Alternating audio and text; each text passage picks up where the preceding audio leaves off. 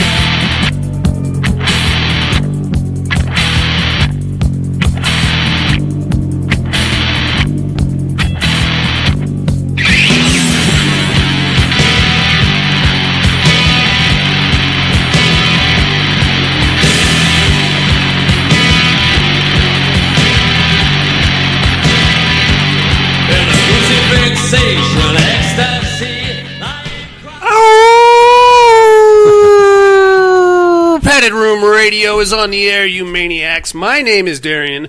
I've been called the original Wolfman of horror podcasting. I think it is time for another week of horror bullshit. My main man, Dusty, is in the house. Hello, hello. What's going on, Big Dust? Oh, nothing. Nothing? No. Bummer of a weekend. Yeah, man. Yeah. You want to talk about it? I'm here for you. Yeah, we're all here for you. Yeah, you don't have to talk about it if you don't want to. It's fine. It's what do you call it? Therapeutic, it's right? Called, yeah, Dusty had his first gay experience. It was a little something. My first bottom. I've been the top plenty of times. It wasn't exactly what we call consensual. Go ahead, man. If you wanna talk about it. Oh, we just had to put one of our dogs down on Saturday. Yeah. Not a fun time. No, man. That's rough. That fucking sucks. And it's very easy to forget how short of a contract this human-pet exchange is. Unless, of course, you buy like a snapping turtle, which live to be 120. No, the ones that live in your yard, the big desert tortoises. Oh, yeah, those guys will... You can hand that guy down. Those guys go from house to house, or like... You sell the tortoise with the house. Yeah, they're heirlooms. That's your thing now. Yeah. That sucks, man. I hate that. Yeah, she was 13, little poodle. 13's a good run for a dog, especially a little dog. Little ones I don't think usually live as long. I think the little ones usually live longer than the big ones. Do they? Yeah. Wouldn't surprise me. Yeah, we had when I first met the Red Queen, she had a Chihuahua that was like 16 years old. Yeah. My mom's got a Chihuahua. That thing is begging to die. Its tongue just flaps outside of its mouth. Me. Its eyes point two different directions. It's nothing but gray. Slobber all over the place. Kill me! Kid's trying to throw itself out the car window. It's a bummer, man. It's a bummer. I am sorry for your loss. It was the kid's first experience with it, so that's another rough one. But that is kind of a good thing because that's something that's part of having a pet is that the kids kind of learn to deal with loss and death and the shortness of life and appreciation and things like that. So, agreed. Yeah. Very cool. I mean, that sucks. Not cool, but I mean, it's part of the it's all part of the experience. The experience is what it is, man. Speaking of experiences, Monica's in the house. I'm here, and unfortunately, I had two other friends who just lost their dogs this weekend, too. Oh, my God. It was a bad weekend for dogs. Yeah. Fuck, man. Yeah, dude. What, they weren't, like, seizing up on you, were they? Or anything like that? No, but both of their dogs, one had a 12-year-old St. Bernard, and the other one had a 12-year-old pit bull. So I'm like, oh, my God. And my dude was 12, so I'm like, is 12 the number? That's a good run for some big ones, though. Yeah. I got an 11-year-old lab, too, so he's starting to slow down a little. I got an 8-year-old boxer with mange. He's got, like, missing spots of fur on him all of a sudden. That happens to him every time it gets hot out. He just loses hair left and right. Uh-huh. Yeah. And, What are you going to do? What are you going to do, man? I mean, he's not going to look good forever, so. That sucks, man. Well, depressing stuff notwithstanding, we got a regular horror show to get into here, kids. Yeah, let's liven it up. Let's liven it up. Let's talk about some fucking Wolfmen and things like that. I do like me a Wolfman. You put one of them down. Try it. Why don't you? You got to have some silver. And you're not taking him to the vet, that's for sure, because he'll eat that fucking guy. No problem. Let's do some horror news, you maniacs. All right.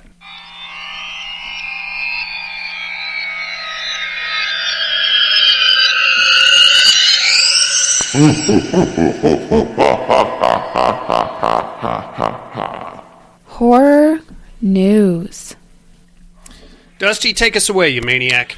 Okay, so as you know, Major League Baseball starts tomorrow. Correct. With my Giants taking on the New York Yankees. Correctamundo. And the game is being streamed for the first time on Netflix. Yeah. So, and they're getting their little fingers in the mix, if you will. So the thing from Wednesday is going to be throwing out the first ceremonial pitch of the season. Don't ask me how it's going to work, but I'm assuming some sort of movie magic that Netflix is going to do, but it's kind of piqued my interest. It's going to be interesting. I guarantee you they're going to have a guy out there in a green suit with like a glove on. So the people in the stadium are just going to look at a guy in a green suit. Yeah. But on Netflix they're going to show... Whoa, yeah. It's a disembodied hand throwing a baseball. Yeah. Yeah, it'll be cool. It'll be something to see. I'm interested to see it. Yeah, me too. Right on. And that's all I had. Okay. I've been busy. All right. Well, I've got some good news for you, ladies and gentlemen. K-pop Demon Hunters meal is launching at McDonald's next week. All right. You can get yourself a K-pop Demon Hunters meal. Now, here's what I'm perplexed about. I don't understand what it is. I guess it's a cartoon or something. Ask my kid. Okay. Well, that's the thing. So, 40-year-old men that like anime stuff. Virgins. Virgins is what we call them these days. My daughter has a sleepover a couple weeks ago, and all the little 8-year-old girls are all about K-pop Demon Hunters, and they're all watching the show and jumping around, having a great time. Fast forward to football practice, where I've got a bunch of 12-year-old boys, and they're all like thumping into each other and stuff. They're all jumping around, singing the K-pop Demon Hunter song. Oh, God. What the fuck is going on? What's wrong with our youth? I don't know.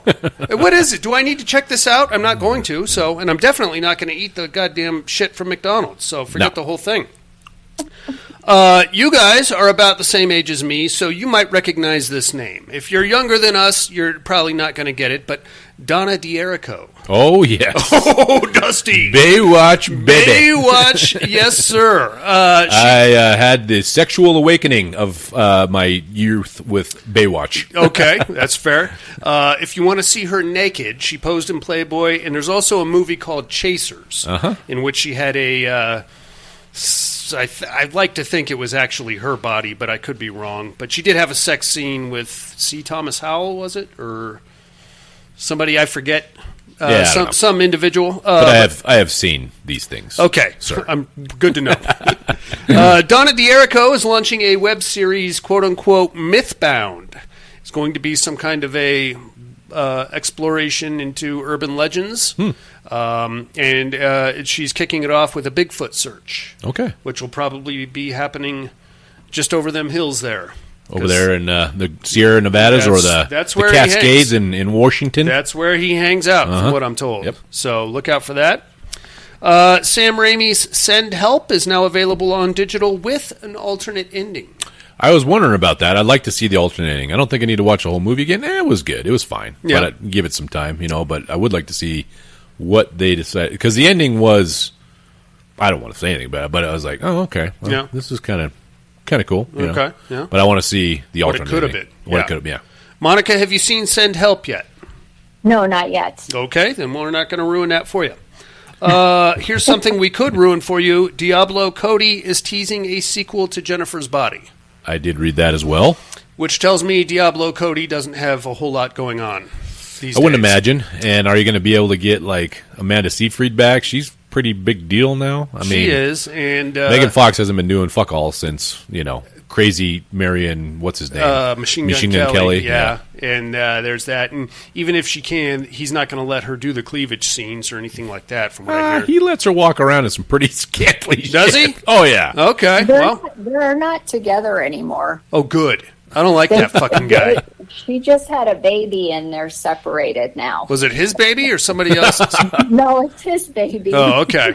I was going to say, I am not the father of that child. So she's got a couple kids with Brian Austin Green and now a derelict child with Machine Gun Kelly. Yeah, she's cranking them out. So, have you seen her boys with Brian Green? No. They're all boys, and she makes them dress and look like girls. What? That's delightful. Yes, they all have long hair, and they wear dresses and shit. It's crazy. God. So does Machine Gun Kelly. Yeah. I think she's a closet lesbian, and she just is. That's why BAG got rid of her, because he's like, I'm not doing that. So. She's a psycho. It doesn't surprise me. And doesn't she have like toe thumbs or something? Oh, stop it! That was Jason's thing. I'm just saying, it is out there. Well, let me tell you this: I'm not looking at her toes. It's her thumbs. She has Whatever. I don't know. I don't know. She is not very good at video games, from what I understand. Monica, that's all I got. What do you got for us, love?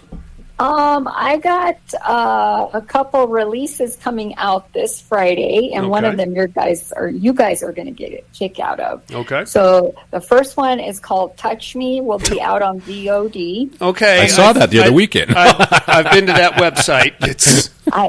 It's interesting. Yeah, I'm a little confused, but apparently it's about two guys. They're roommates. I don't think I'll be watching this one. No. And they have a friend, Brian, who is supposedly a hot alien. Okay. And then it escalates into alien craziness, apparently. So it's like alien gayness. Little dude-on-dude tentacle action. Good for you. And then we got this one is for you guys. It's called Forbidden Fruit. Okay. And we have three girls named Apple, Cherry, and Fig. And they hire Pumpkin, and I guess they're a witch's cult. Okay. So I felt like this was going to be like The Craft. Sure. And actually, it showed that Gabrielle Union was in it, so I'm like, oh, she's got to be the mom of the one girl. Yeah. Yeah, and then that other girl that plays in that Amazon show about who killed me at the high school. 13 Reasons Why? Is that what you're thinking of? No, there's another show. She's a ghost. She's stuck at the high school that she was murdered at. Who killed me at the high school? Oh, my God. What the hell? I will think of the show. Okay. And then the last one coming out this Friday is Mortuary Assistant. Yes, that one looks pretty good. Yes, I can't wait for this one. Yeah. I kind of got a feel for it, like possession, demons. Yeah. Yeah. Okay. I mean, I didn't. Kind of not wanting to watch all of the trailers because it looks a little ambiguous, but like the vibe of it is very like dark gothic, possibly some religious amplifications, things like that. Yeah. So sounds cool.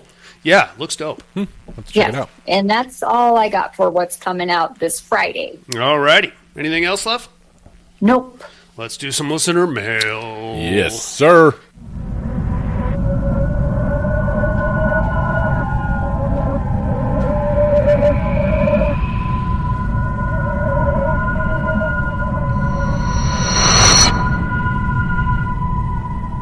Listener mail.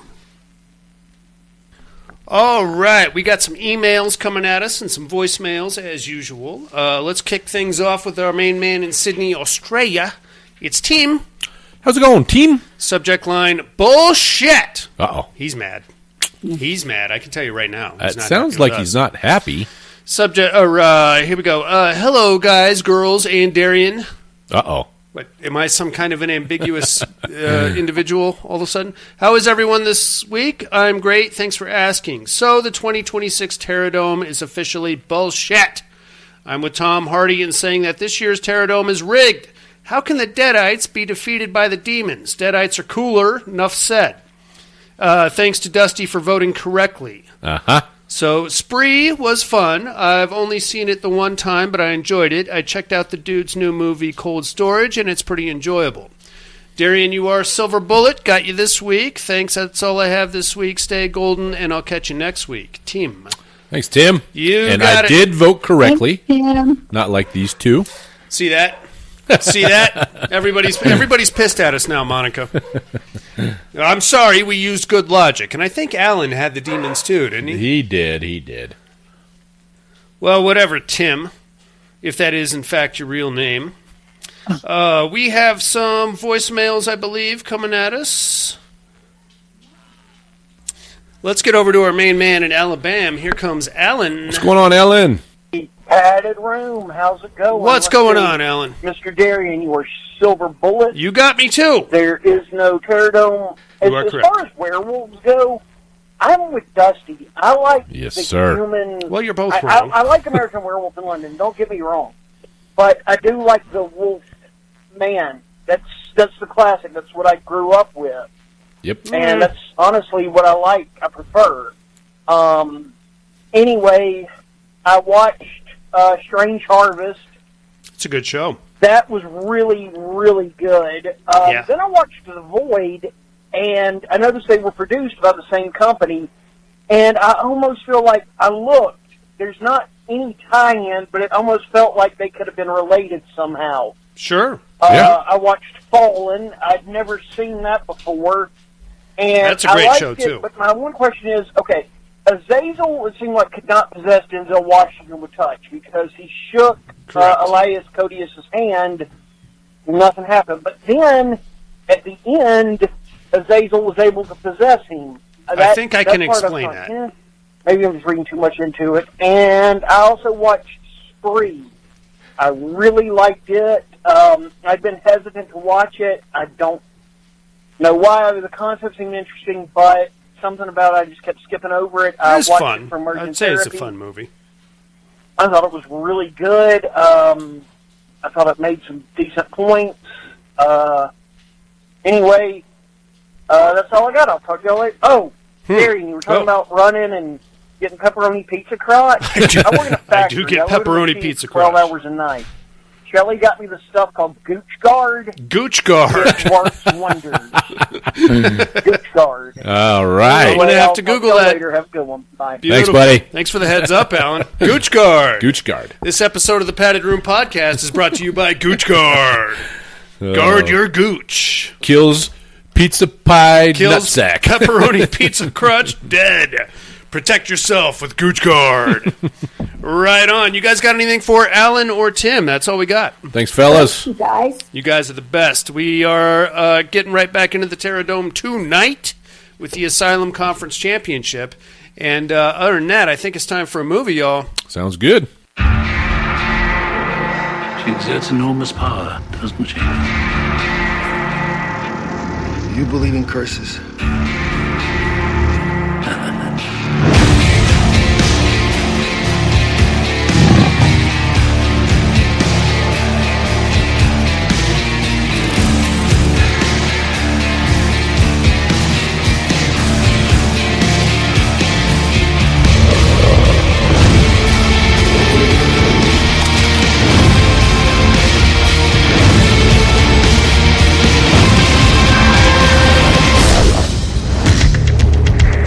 Never look back, Lawrence. Never look back. The past is a wilderness of horrors. Darkest hours of hell lie before you. Run free. Kill or be killed.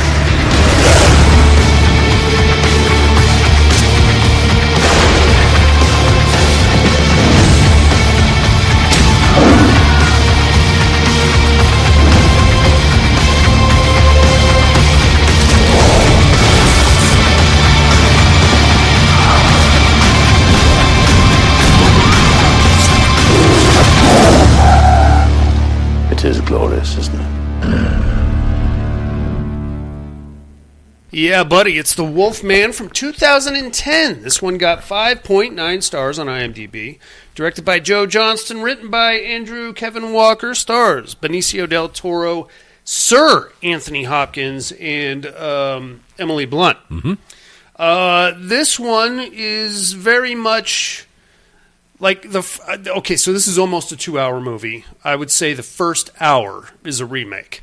After that, it kind of launches into a sequel to the one that we watched last week, I feel like. Yeah, I think that's a good analogy. Monica, did you watch the original Wolfman? Yes, I did. Did you watch it recently or no? Yeah, I just watched it. Okay. With Lon Chaney Jr., black and white? Of course I did. What are you badgering her? Monica, it's the one with the wolf. The guy gets bit by a wolf. Is that the one that Oh, you my watched? God. You don't have to mansplain it to her, Darian. I'm just making sure there's 500 Wolfman movies, dude. And when I was listening to your guys' show, and when you were telling Dusty about who that distinct voice was, I was also like, hey, that's the dude from Trading Places. Yeah. See, she knew. She knew. And Disorderlies. And he was like the go-to rich old guy of the 80s. So this one starts off pretty much the same. We start off, so this is 2010. And I felt, you could almost watch this, I felt like I was watching an AI thing for a lot of it, just because it's like so almost perfect. You know what I mean? Like with the lighting. And when they do these period pieces like this and Bram Stoker's Dracula, they're always like, they're shot well. Oh, absolutely. You know, and this is a big budget endeavor, too. Yeah, totally. We start off with the guy walking through the woods, much the same as the first movie, and he gets killed by the werewolf.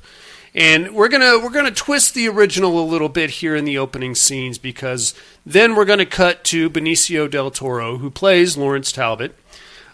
He is now an actor in this one, and a thespian, classically trained. He's doing Hamlet on stage, performing live in London. Fucking savage. You know he's just swimming in it. Oh, yeah. God damn it. He gets off stage and he is met by Emily Blunt, who is going to play the estranged fiancée of his brother Benjamin, who's gone missing. Now, in the original, Benjamin is already dead. In a hunting accident. Right. We know exactly what's going on now, and we're going to assume that it was Benjamin that we just saw get killed by a werewolf. She's like, hey, man, heard from your brother? And he's like, no, I've been, not in decades. I've been touring with my company. And she's like, well, he's missing. So, I don't, if he ran off with some other chick, it's cool. I just need to know so I can quit looking for him. And he's like, I don't know anything. Cut to him headed back to Talbot Hall, which is the stately manor here in the English countryside in Blackmore, England. Blackmore. They did say where it was this time. Blackmore, which I don't know how far. If it might be all the same. Like London has probably grown tremendously since this time, so I'm assuming it sounds right there close because he very was much like a real place in England. Oh yeah, I guarantee it's a place. Well, maybe somebody can tell us, but I don't know. Or we could Google that shit. I don't. Do we even care? I don't really care, to be honest with you. He's like, well, I guess I'm going to Blackmore, back to Talbot Hall to figure out what's going on. He hops on a train. He's on the train, and he wakes up in a car with an old man. Now, this is a very subtle nod to German expressionism right here, because the old man sitting across from him is Max von Sydow, the original Exorcist. Yep. And even before he was the Exorcist, he was actually one of the first werewolves on cinema in a movie called Hour of the Wolf by Ingmar Bergman. I haven't seen that one. You don't need to see it because you would have no idea that it was about a werewolf. Okay. You would watch it and go, what the fucking shit is this? I think he was reprising his role from Hour of the Wolf as this subtle little nod to werewolves in cinema. We do get the return of the cane, though. Yep. It's not the same cane. It looks very similar. It's very similar. Doesn't have the pentagram on it. Exactly. The original had like a big circular pentagram on it. This one just has the wolf head handle, and it's also a Master Splinter sword cane. It is sweet. You can I always wanted a sword cane. Thing out. I don't know. No, I'm telling you, like when I get old and need a cane, it's going to be a sword cane. I've got a cane. It's got some pretty good heft to it. Like I could tee off. Does it have a blade in it? It does not have a blade. Then it's not a sword cane. You're right. Then it's not very cool. But I feel like I could at least hit a ball a good 500 yards with it. What about a ruffian? Probably 300 yards for a ruffian. I don't know. He's like, hey man, why don't you take this cane off my hands? And Lawrence is like, I'm good. Lawrence falls back asleep. When he wakes up, Max is gone, but the cane is still there. So he's like, well, got myself a free cane. And he takes the cane and off he goes to Talbot Hall. Gets there. It's much the same as the original movie. Stately manor. Pretty disheveled. This one is a little dilapidated. Looks like it's seen some better days. Still a huge fucking house. and I think he said he had like 400 acres or something like that. I think it's one of those situations like what happened in The Gentleman, where he doesn't have the cash to pony up to the the repair costs of the place, So Anthony Hopkins needs a weed farm underneath. Yeah, exactly. What we're saying. Or he could just start, well, we'll get into that. Yeah, we'll get into that. He gets there. He walks inside. He's like, oh, fuck me. This is not what I remembered. There's like no lights on in the place. It seems to be completely deserted. Finally, Dad comes down, played by Anthony Hopkins. It's Sir John Talbot. Little bit of a kookier guy. In the original, Sir John was like the stately English gentleman, and the place seemed to be all right. Lawrence was there, not really on his own accord, but he was there to assume responsibility of the estate since Benjamin was gone. This time, Lawrence is there to help find Benjamin, or at least figure out what happened to him. And Sir John pulls a shotgun on him. Yeah, because he wasn't expecting him, and there's also a big dog involved. Samson, I'm going to say Presa Canario, maybe. Oh, he's a big-ass dog. He's a big fella. Big Great Dane or something. Yeah. Lawrence kind of looks like, or Sir John kind of looks like a 70s pimp.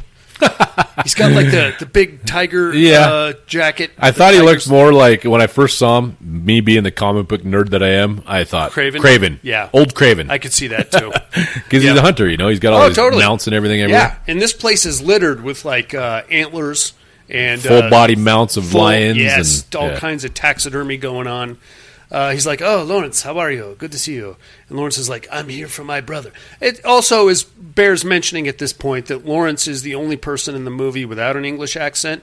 They do a good job of explaining that later in the movie, but at first it's kind of weird because you're used to that Benicio del Toro kind of throaty, I know what you're doing. Yeah, Spanish accent. Yeah. But he's full-on American in this one. What did you think of the look of Benicio del Toro? I thought he looked like he came out of the period. I don't know. Got kind of an emo thing going on. The hair? Yeah. Well, I don't know what the hairstyle was back then. He is an actor. He is. I'll give you that. Usually actors are a little, flamboyant-ish. Sure. I don't know. Yeah. Monica, Benicio, hot or not? Ew. Ew. Ugly. Even in The Usual Suspects? I hate this guy. What? I will watch his movies, but there's no way. You can pay me, and I still wouldn't sleep with him. Well, everybody has a price there, Monica. What's it going to take to get Benicio? What if you have been on a desert island for a year and not been late? That's okay. I have my hand. Find a coconut or two. Ew. There's bananas, right? I actually thought he was gay with the opening scene where she goes to see him, and he's got that Caesar look going on. Entourage behind him, yeah. Okay. Well, actors back then, you never know. You never know. Anyway, he's like, hey, man, I'm here to find my brother. We meet Sir John's manservant, a Sikh by the name of Singh. Singh is a pretty bad motherfucker. He's armed to the teeth at all times, and he's like the only one there to help Sir John run the estate. We'll get more into Singh as the story goes on. We cut to the next morning. We cut to right after that. They're like, good news and bad news there, Lawrence. What do you want to hear first? And he's like, give me the bad news. Or actually, give me the good news. We found your brother. The bad news is that he's been dead for a couple of weeks, and we found him in the ditch right outside the estate here, and he's all fucked up. And he's like, shit. So he goes to the local village, which looks like a Jonathan Houseman cosplay convention. It's just a bunch of stuffy English. What did you think it was supposed to be? Hey, which one of us looks more like the Monopoly man? I think it's me. They were, that's all they had to do back then was get around, talk shit about everything, and drink ale. Sip brandy, smoke cigars, and decide who was the most proper in the room, I guess. Yeah, exactly. Anyway, he goes to the local tavern. Everybody's talking shit about the Talbots and Talbot Hall, and his mother. They think his mother committed suicide, and they don't see Lawrence there behind them. And he's like, you know what? He's getting hammered, by the way. He's like, I'm going to fucking fight you clowns because my mom didn't commit suicide. They get him out of there, but before they do, like the drunkard in the corner is like, I'll tell you what happened to Ben Talbot. It was a werewolf. Mm-hmm. He turns into a wolf on the full moon, and then he kills people. My dad killed one once with a silver bullet. And the old townies are just like, you fucking Shut moron. It was the gypsy bear. Yeah, fucking gypsy bear. After that, Lawrence goes to the... I guess the coroner / butcher, and he's like, let me see the dead body of my brother. Show it to him. He looks like a guy that's been laying in a ditch for 2 weeks. Mm-hmm. He's all fucked up. And missing a lower jaw. Just like he's jacked off. Jacked up. But he's got a medallion around his neck, so Lawrence takes that along with some other things that they found on the body. And then he goes back to the house, and he's like, well... I don't know, man. I was going to fight all these dudes at the tavern for talking shit about Mom, and Dad's like, oh, they're just stupid. But he's like, what about this medallion that Ben had on him? And he's like, well, he got that from the gypsy camp. He was hanging around that place quite a bit before he died. I don't know. I think he fell in love with one of the dark-haired women down there that, gypsies. And then I guess, so... If I understand this correctly, the gypsies had like a working arrangement with Sir John where they would show up. He'd let them stay on his land for a little while they fucking scammed all the townies and pissed them off. And then when the townies started getting real pissed off, they would pick up and haul ass before they could do anything. But they would pay Sir John like a little percentage of the intake. He's not making any other money anyway. Well, so of course what not. The hell? No, you can't even keep the lights on in that place. But so that's part of the arrangement. But the gypsies are still there, so that's cool. Now we get a little bit of a budding romance between Emily Blunt and Benicio del Toro, where he's like popping in to check on her. I guess she's staying at Talbot Hall. Well, I think it was kind of a custom back. She was supposed to marry the brother, right? Right. So she was going to be lady of the manor, eventually. So. I don't know. Maybe she has her own room there. Oh, she does have her own room there. Yeah, she's hanging there. Yeah. So now we have the start of a budding romance between, what was her name? Cardiff? Gwen Cardiff, I Same believe. As the from last the original, week. Yeah. But this time she's not fucking the groundskeeper. It was actually Ben. So yes. Good. Yeah, at least she's not like the cheating whore. She wasn't the original. No, her fiancé is dead. That's true. And it was his brother. So it's like... you got to mourn for like... 10 minutes, 25 3 days. Yes, that's fine. Sure. You want to be a little more conservative? He's like stopping in to see her in her room late at night, and they're having dinner and stuff, and some uncomfortable questions. And so, were you into my brother or just his money? Oh, shut up, you ass! And then she takes off and leaves. And then Dad's like, "Well, that wasn't very nice." And then he's like, goes up to apologize, but she has like a lady servant there with her, and she's like, she's not talking to you. And then slams the door on his face. In the meantime, Lawrence decides he's going to pay the gypsies a visit.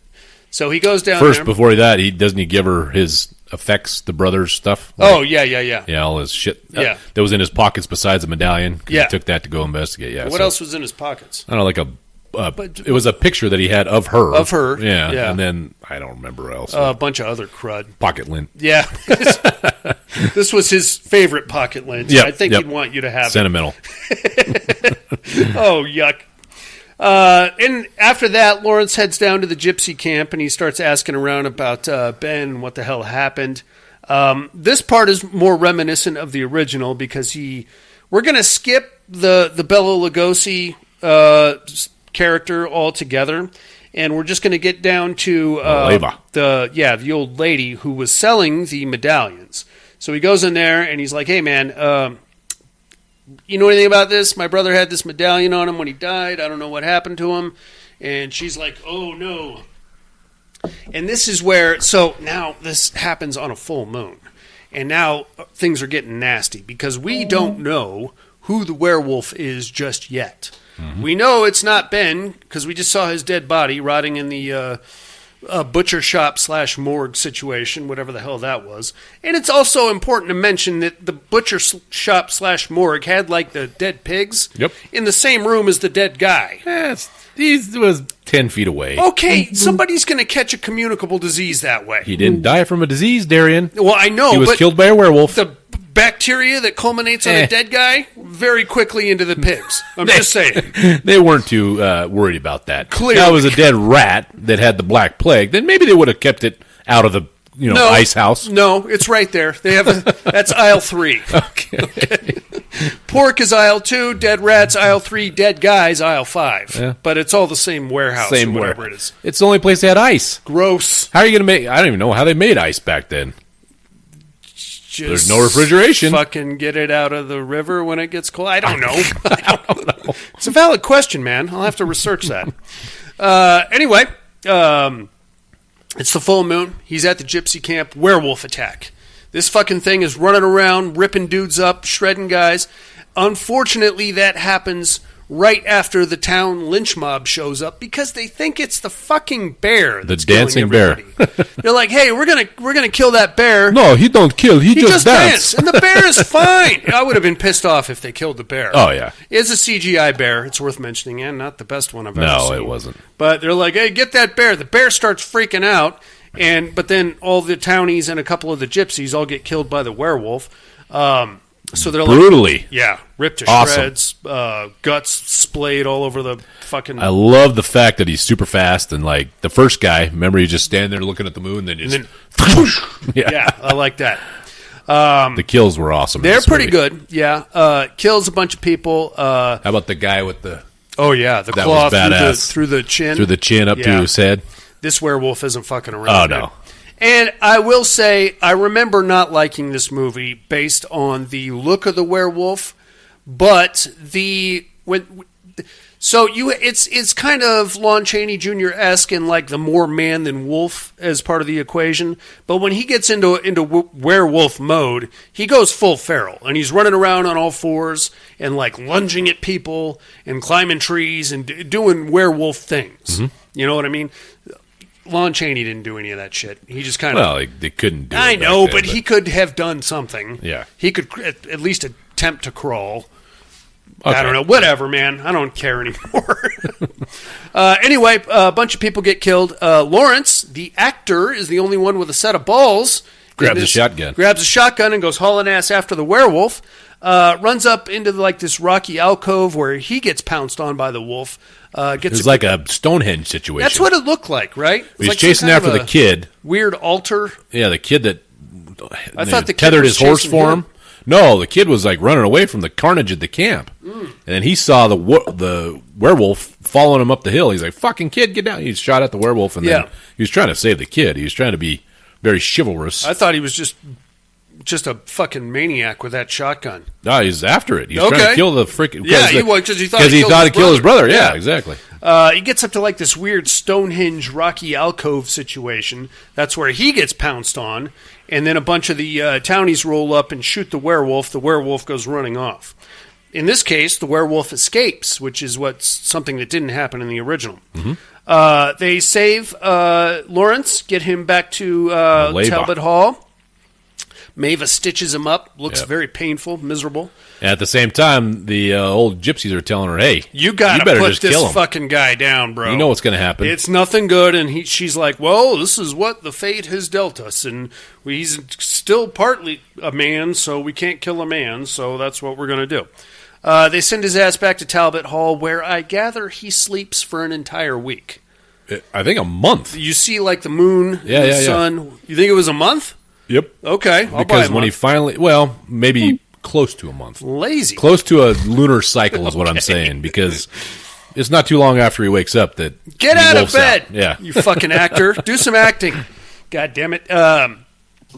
He sleeps for a long time. We see a bunch of time go by, like the moon is going and the sun's going up and coming down, and people are checking on him and leaving and checking on him and leaving. Eventually he pops up and he's like, "Oh, what the fuck?" The townies at this point have worked themselves into a full frenzy. They think that there is a werewolf on the loose, which there technically is, and they think that because he's been bitten, he must be the next werewolf, so we need to fucking show him what's up. Yeah, they got the fire and brimstone preacher with him. Yeah. He's the devil in him. He needs to be destroyed. Wearing a bucket hat. Yeah. Very scary. Here comes the lynch mob. Well, by lynch mob, I mean like 3 or 4 guys rolling up on horses. I think the constable was there, the priest.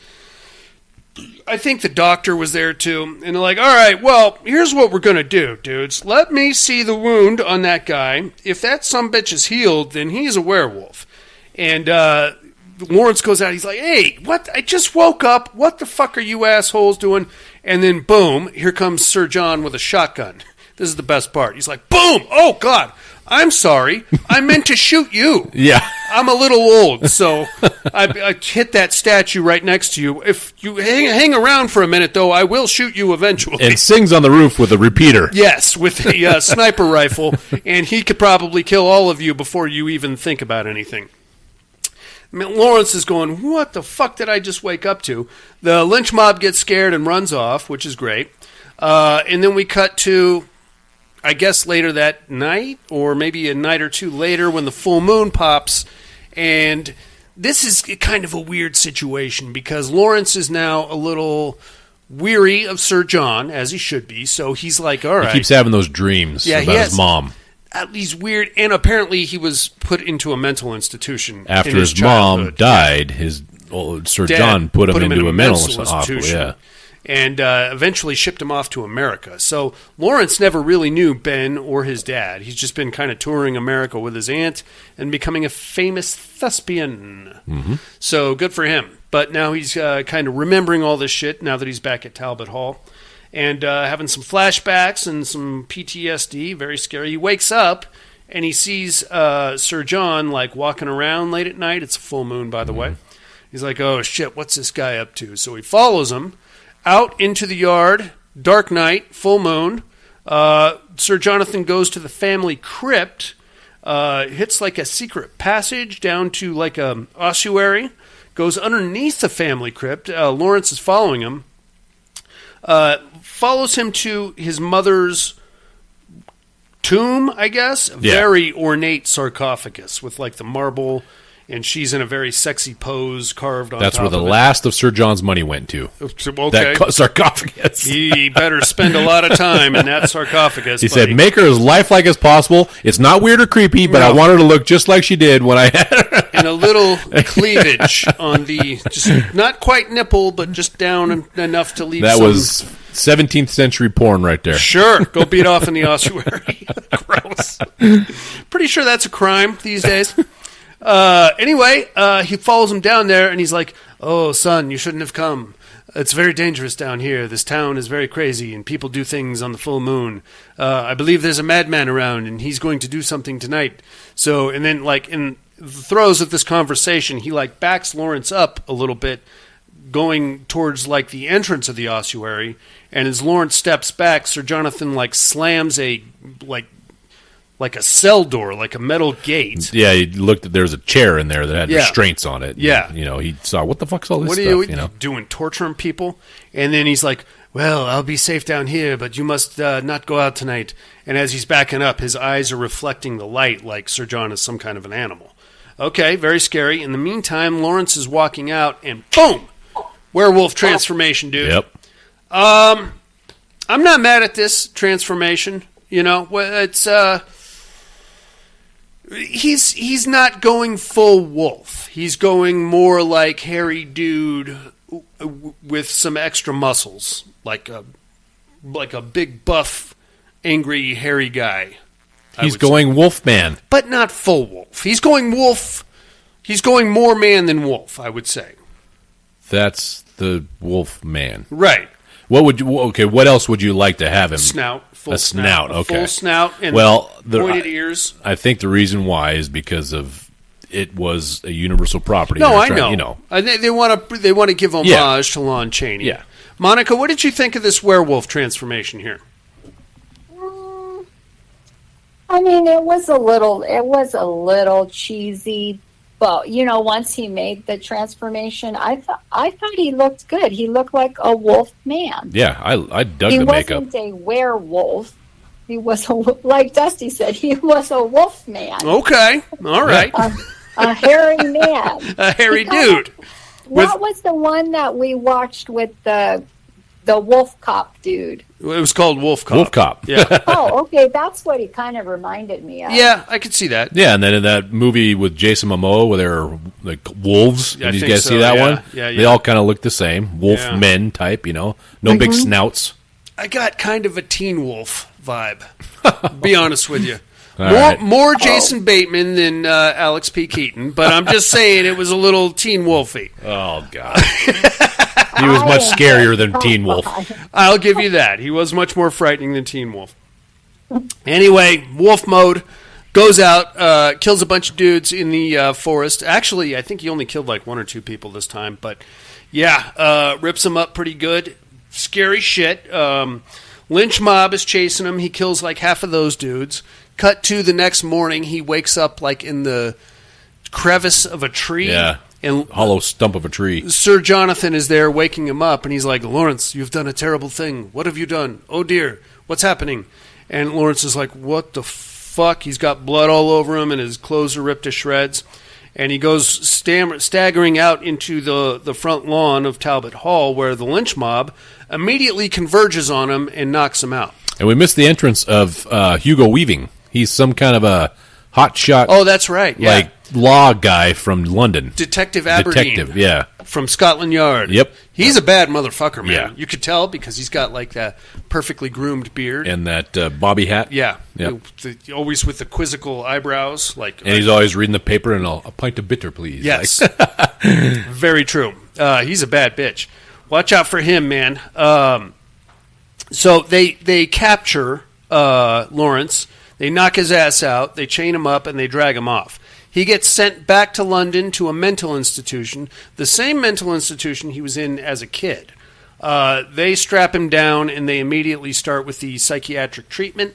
Every time he has like a flash of sanity, he's like, no, it's my dad. My dad is a crazy fucking werewolf. You have to kill him before he kills again. In the meantime, they're giving him cold dunks and shock treatment. They're keeping him in a straitjacket, and he's laughing at him. He is slowly going insane just by the virtue of this. Just treatment. By the treatment they're doing. Oh, totally. Little did he know that in 2026, people would pay good money for cold dunks. I've got a tank set up in my backyard. Yep, paid $120 for it at Costco. Apparently, all I have to do is declare myself insane, and I get that for free. Whatever. No, they just put you on a bunch of meds now. Oh, yeah. You walk around like a drooling zombie. I'll become an influencer. Yeah. Monica, have you done the cold dunks yet? No, not me. You're always complaining about the heat. I will send you an ice tank from Costco, $120 on the house. Of course, you can't have ice down there. It'll melt as soon as you take it out of she the puts freezer. the ice block in there, and it's melted before she can get in. Her cold dunk is like 62 degrees. Cold plunge is like a hot tub. Yes, This is nice. Oh. What are you guys bitching about? This is nice. Yeah, it's 70 degrees. My 14 dogs drank the cold dunk.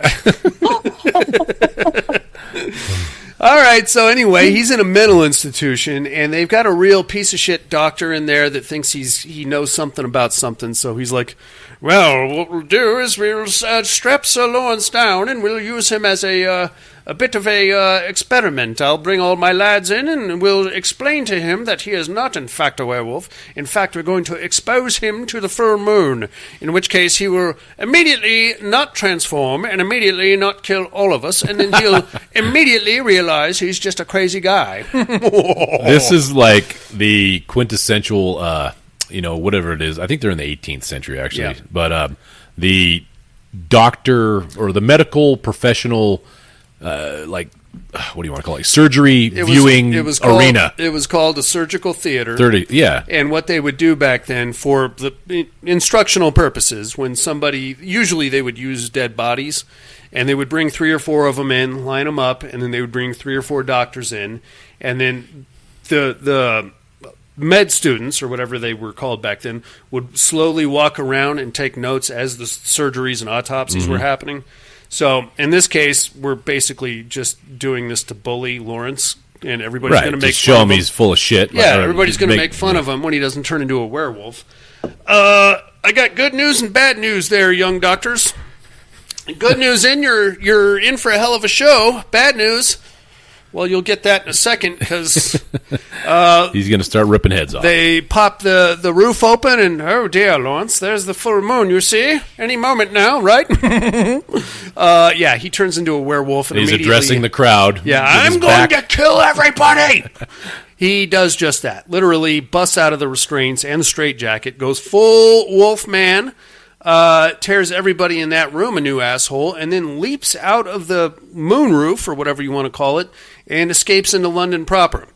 Detective Aberdeen is like on the case, and he's like, open the armory. We have to get Lawrence. He's loose in the city. So a bunch of like random guys just grab guns and start running after him. He's doing the whole crow routine. Across the rooftops, yeah. Rooftops, bounding around like a maniac. They're chasing him. He loses them, and then as the moon wanes, he kind of goes back to human form. No. We missed something, though. What do we miss? There was a homage to American Werewolf in London when he was. It looked like Piccadilly Square, right? It could have been the olden day Piccadilly Square. Yeah. And there was a horse-drawn red bus thing that turned over. Oh yeah, did you get that? Like but I do now. Yeah, so it's the same thing that happened in American Werewolf in London, where the bus, the red double-decker bus turns over. Yeah. This is a horse-drawn bus that turns over right in the middle of Piccadilly Square, and he's going through the red horse-drawn bus, whacking people in there. Yeah, I thought that was a cool like homage to American Werewolf in London. Very cool. Yeah. Love that. I guess you could call Lawrence an American, right? Yeah. Spent more time in He's America. He's the American Werewolf in London. I love it. Yeah, good times.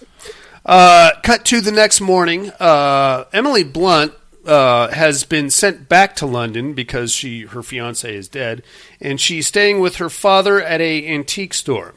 Lawrence knows this, so he wakes up and goes to the antique store to meet her, and he's like, oh, I fucked up last night there, babe. I don't know what to tell you. I think I killed a bunch of guys, but look, I might be a dangerous individual, but it's my dad. It's always my dad. My dad's a real piece of shit. And she's like, oh, God. And then they have a hot make-out session. Just as Hugo Weaving, or Detective Aberdeen, and his posse roll into the scene. And we get a cool little, like, interrogation. You know that if he was here and you were harboring a criminal, it would be a crime on you, don't you? And she's like, yeah, I don't know what you're talking about. And he's like, all right, then, if you're not going to cooperate, then you're under arrest. And take her away. He ushers her out of there, and he thinks he sees Lawrence behind a mirror, so he shoots the mirror, and it's not Lawrence, it's just a statue.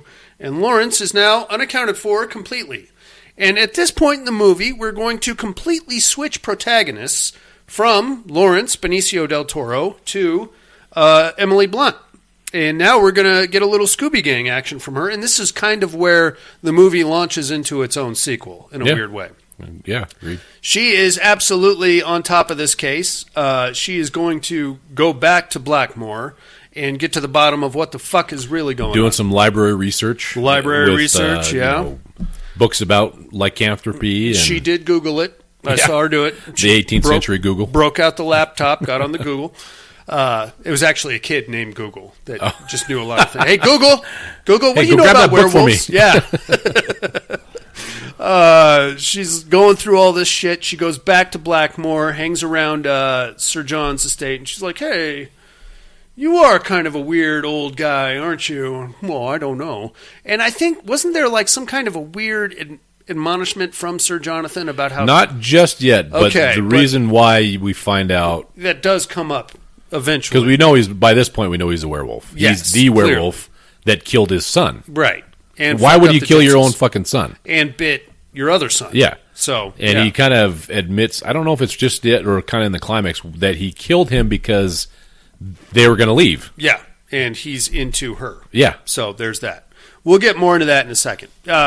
She goes back there. She stays with Sir Jonathan while she's doing all of her research, goes and talks to the gypsies, sees Maeva, and she's like, you got yourself a werewolf there, babe. I don't know what to tell you. And things are getting pretty nasty. A lot of cat and mouse stuff. We know that Sir Jonathan is a werewolf. We also know that Lawrence is unaccounted for, and he's probably out in the English countryside wreaking havoc. On the moors. On the moors, that too. Very, very scary stuff. And now the next full moon is upon us, ladies and gentlemen, and we have a real problem here. Here we go. Full moon rolls around. The lynch mob has now convinced themselves that either Lawrence has come back to Talbot Hall or Sir Jonathan is part of the problem. Either way, they've had enough of Talbot Hall. So here comes the lynch mob rolling up. Sir Jonathan goes full werewolf, starts whacking those fuckers left and right. They're having their own little fox hunt or whatever you want to call it, run through the woods by Talbot Hall. Emily Blunt is there. Gwen is trying to what's going on? I don't know. She's trying to get her to safety. And then we get a nice little wolf battle as Lawrence rolls into the living room and he's like, "You're the werewolf, Dad." And he's like, "Yes, I am, actually, and I'm a better werewolf than you." And then they both kind of transform about the same time, have a real nasty little growl-off and clothes-ripping extravaganza. So Sir John, he went skins. Lawrence went shirts. Shredded shirts. Yeah. But yes. So they did shirts and skins, so you could tell who was who. I appreciate that from the filmmakers, because otherwise it would have just been like two fur balls in a dryer. Just one a little grayer than the other, but Yeah. In the throes of all this, the house gets set on fire because there's a bunch of candles and stuff. Singh did get killed, we assume, by Sir Jonathan. I think he got killed before. I mean, he got killed before Lawrence showed up because Lawrence found his dead body. Yeah. And he's got like an eyeball out. Both eyeballs are out. He's hanging on a wall or something. I was rooting for him. I did like him. I thought he was the one that was going to kill a werewolf. But unfortunately, Detective Aberdeen brings his posse there. And I think Joel Edgerton was one of the posse guys. Was he? It could be. I didn't do the research on that. But one of those guys looked very familiar. They all roll into Talbot Hall as this is going on. Good news, Lawrence manages to rip the head clean off of Sir Jonathan after he kicks him into the fire. Yeah. And we've got a cool, flaming werewolf coming at us for a second or two. One good swipe with the claw. Yeah. Head gone. Go. And then Lawrence escapes out into the English countryside. The lynch mob goes taking off after him. Little cat and mouse action. Lawrence does bite the fuck out of Detective Aberdeen. And then he chases... he just goes, and then Gwen chases him to this secret waterfall area. Detective Aberdeen was going to shoot him. Yeah. And he had silver bullets in the gun. Yes. Remember, he got the silver bullets. And she said no, and she raised it because she knew it was Lawrence. Yeah, totally. And then he came and bit the shit out of him. And then she grabbed the gun, and she went running off. Yeah. And then he went following her. To that secret waterfall. The waterfall deal. And then he's about to put an end to Gwen. He jumps on her, and he's like, "Rawr!" And she's like, You know me. We have that moment in a lot of werewolf movies. I know you're in there, and I know you can see me, and I love you. And he's like, "Rawr, rawr, rawr, rawr." And then she grabs the pistol and blasts him right in the heart. And then he slowly changes back to Lawrence. And he's like, "Oh, thanks for killing me, man. I didn't want to be a werewolf. I was sick of that shit." And then he dies. And then the lynch mob converges and sees Lawrence. And we get kind of like a quick little, "Oh, shit, I'm in big trouble" from Detective Aberdeen. Yep. Because he just got bit. Yep. And that's pretty much the end of your movie right there, dudes. Mm-hmm. What'd you guys think of this Wolfman? I like it. I don't know why it got so much hate and discontent when it came out. CGI. I mean, the transformation relied a lot on CGI, but this was post Underworld. It was. So those transformations looked pretty good, but those werewolves were not hairy. You know what I'm saying? Yeah, those werewolves they almost look more like horses in a weird way. And they were not hairy, so you could change them and not be too wonky with the fur and stuff. Yeah. So I for what it was, I love the look of him when he was full Wolfman. I agree with you. A stout would have been cool, but he was supposed to look like the Wolfman. I know, and they wanted to give homage to the original Wolfman, Lon Chaney. I loved his big claws. I loved the fact that he would run on bipedal and then get down on fours to get faster. And I don't know. I love this movie. I think some of the kills were great. They're pretty good. Yeah, with pretty the good. Heads coming off, the claws through the undersize of the mouth. And, yeah. Yeah, so I don't know. I liked it. I think a lot of the gripes about this were unnecessary CGI. Like the opening, when you see the full moon through the trees. Yeah. You going to tell me you couldn't have got that shot? I get it. With Universal's budget and being a summer blockbuster kind of thing, you think you'd have spent more money on the... But 2010 were we at this point yet? Not really, but I feel like that's a thing. It was 2010. Universal's rolling out the dough.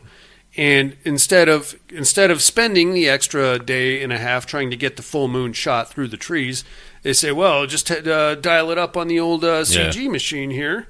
I don't know. So I think the CG did, hamper it a little bit. I think as far as the kills and the look of him and the practical effects of him while he was in werewolf mode, I dug it. I thought it was good. I'm not nearly as mad at this as I was the first time I saw it. Having watched the original Wolfman versus now, we get a lot more. The character of Lawrence gets a lot more fleshed out, as well as the uneasiness between him and Gwen. In the original, she was just like a chick with a fiance, and he's like, "Oh, she's hot." All perving on her. Yeah, she's hot. I'll just hang out with her, and then we're just expecting her to just take off and leave her fiance for fat old Lon Chaney Jr. Yeah, no, get the fuck out of here. Monica, what did you think of this one, babe? I liked it. When I got done watching it, I was kind of just sitting here going, God, which one of these do I like better? I feel like I like both of them equally because, of course, one is how it all started, and, they didn't have special effects back then. Mm-hmm. And the second one, there were some scenes that were just a little cartoony for me, but I didn't mind it at all. I didn't have anything bad to say about the movie. Me neither. I will say this. As the lore of the Wolfman progresses, he is like Benicio del Toro, Lon Chaney Jr., that weird guy from the Lee Winnell movie. It's a sympathetic character. However, I feel much more sympathetic towards Lon Chaney Jr.'s Wolfman because he's just a dude that shows up trying to be a good son. Benicio del Toro is like this eccentric actor type, and he's kind of a prick. Dick, yeah. I mean, and he's kind of like the rich boy of the era, and he's not really expecting to do any work. Lon Chaney showed up, and he's like, "Hey, I'm going to take over the estate, and I don't care what I have to do. I'll be here. I want to be a good son, and I'm going to be be the heir to the Talbot estate and stuff like that." Benicio del Toro shows up, and he's got like 1 foot out the door as soon as he gets there. He's like, Dad. Man, Dad, you really let this place go to shit. Dad's a weirdo. I feel bad about my brother, but I just want to get the fuck out of here. I'm contract for 30 more dates as Hamlet or whatever. I feel like if you had given this Lawrence Talbot the opportunity, if Sir John had said, "Hey, I'm a werewolf. You want to be a werewolf with me?" He probably would have said yes. Whereas the original Lawrence Talbot, it would be like, "I don't want to hurt anybody. I never wanted to kill anybody. I was trying to get on the hot chick at the antique store, and then the gypsies and the fucking Bela Lugosi, and now I'm a werewolf. I didn't wrong ask place, for wrong time, babe." Exactly. And then we can talk about Lee Winnell's recent Wolfman, which is just not any of this at all. No, it has nothing to do with this stuff. I understand what he was going for, and I was excited about that one too, and then that one, the Wolfman, just it looked more like a caveman. It was not good. Number one. I did not like the makeup on that one. I liked the point of like here it is through his eyes and what you would expect to see as you degenerate from man to wolf. I like that. That was cool. Did not like the makeup. I did not like. He looked like a caveman, dude. Yeah. He looked like a homeless dude, really. Yeah. And I don't think at any point did they refer to him as the Wolfman. I think they just called him like the Wild Man of the Mountains or something like that. I don't know, man. I'll have to revisit that one later when I'm in a better frame of mind, I guess. I think that's it for us. You guys got anything else you want to add on the Wolfman before we take ourselves a break? No. Nah. Monica? Yes. You have to have sex with one person in this movie. Who's it going to be? Sir Anthony Hopkins. She digs old dudes. She does. Oh no, I don't like him either. Hugo Weaving? Oh my God, I'm gonna Agent do Smith? it with Emily. Oh, okay. Good answer, man. Hey. Well, looks like I've got The tables have turned. I've got some fan fiction to write. I will. I'm picking her. Sorry. No, that's okay. I agree with you. I agree with you. Yeah, we're on the same team. All right, let's take us a little break. We'll come back with some other stuff, huh? All right.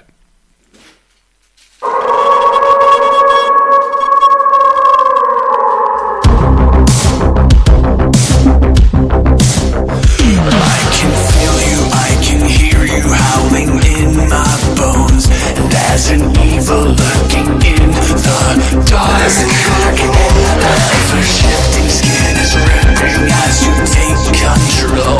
I can't tell where you end and where I start. Ferocious diagnosis under moonlit hands. Well, the man become the monster, or the monster become man.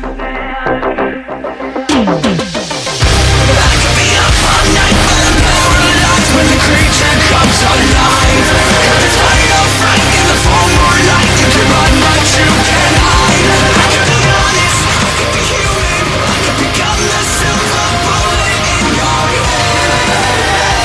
But no one can break my heart like I can. Werewolf.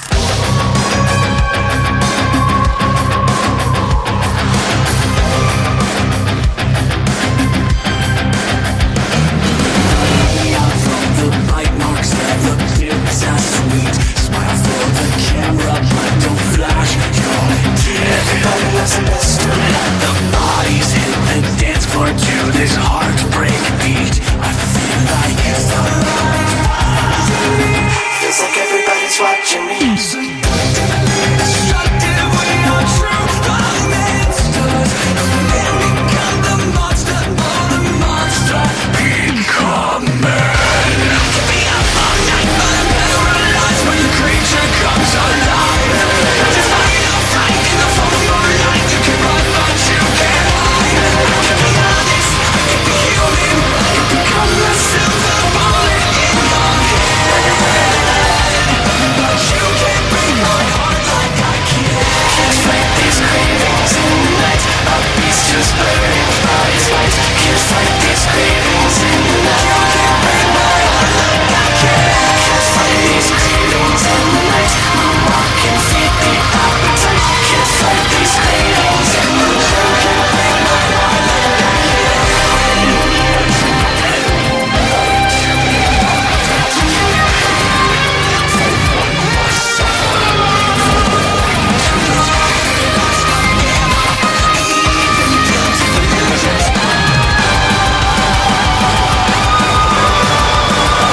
I can be up all night, but I'm paralyzed when the creature comes alive. Don't wanna feel. I can be honest, I can be human, I can become the silver bullet in your head. Can't fight these cravings in the night. A beast just burning by his light. Can't fight these cravings in the night. You can't break my heart like I can. Can't fight these cravings in the night. I'm walking feet their appetite. Can't fight these cravings in the night. Werewolf. Hey, inmates. If you like what you hear, head over to the Padded Room Facebook group and support us through the Patreon link with a small monthly donation. Check out the T-Villain link at paddedroom.podbean.com and grab some t-shirts. Thanks for listening and enjoy the rest of the show. And we are back, ladies and gentlemen. Whoo, daddy! I love me a werewolf movie. Oh, fuck. Man. Me too. I think. Well, I'm a ghost story guy first, and then I'm a zombie apocalypse guy. And the problem with werewolves is that if you do it bad, it's dog shit. Mm-hmm. No pun intended. You show me a bad werewolf. Oh god, there are so many. So many. Did you guys ever see American Werewolf in Paris?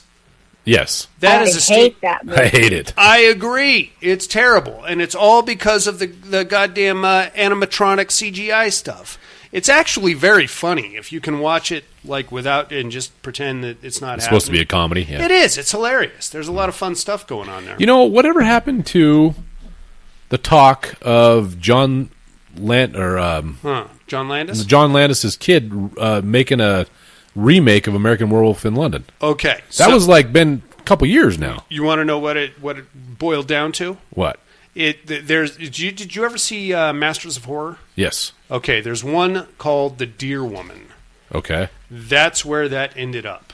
It's by, I think his name is Jeffrey Landis. Okay. And he made it. There's a very cute little nod in the middle of it. It's about a Native American superstition about a half deer, half woman thing. And she'll show up, she'll have sex with you, and then she'll kick you to death with her deer hooves. Huh, okay. It's stupid. It's stupid as hell. So that was the remake of American Werewolf in London. Yes, that's we got? what it came down to. 2006 or 7, somewhere in that. Well, no, region. they were talking about it more recently than that. Yeah. Well, I mean, I would. Yeah. Max Landis, dude. He is present. I think he's doing like 5 to 8 on rape charges. Oh, that'll put a hamper in your plans. It was a whole thing. Huh, He did direct that Deer Woman episode. Gotcha. Those things were hard to swallow, bro. Stuart Gordon's was pretty good. Monica? Did you ever watch any of those Masters of Horror? Oh, we watched the whole series. Did you? It was on Showtime. It was, and I we would think watch. I It was did years ago. Yeah, it was a weekly thing. Yeah, and the Red Queen and I watched it weekly. Like there were some pissers and there were some okay ones. Like there was some really bad ones. I mean, there was one or two good. Takashi Miike's was really good, even though it got banned. I actually had Mick Garris on the show, and I asked him about that, and he's like, well, Showtime said we can't do abortion stuff, because it was a whole thing. I don't know. Did anybody see that episode? I probably. I don't remember shit that I hadn't seen 2 weeks ago. John Carpenter's was pretty good. It had Norman Reedus in it. But the real question is, Dusty, if we were a comic book, would Norman Reedus. All right. I'm sorry. I apologize for that. Speaking of bad humor, you guys ready to get into the Terror Dome? Let's do it. Yep. No tears, please. It's a waste of good suffering. I'm not gonna hurt you. You didn't let me finish my sentence. I said, I'm not gonna hurt you. I'm just gonna bash your brains in. I'm gonna bash them right the fuck in. I'll kill you all. I'll drive you crazy and I'll kill you all. My worst dream come true.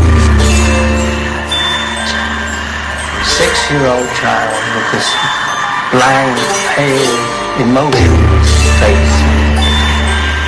The blackest eyes. The devil's eyes.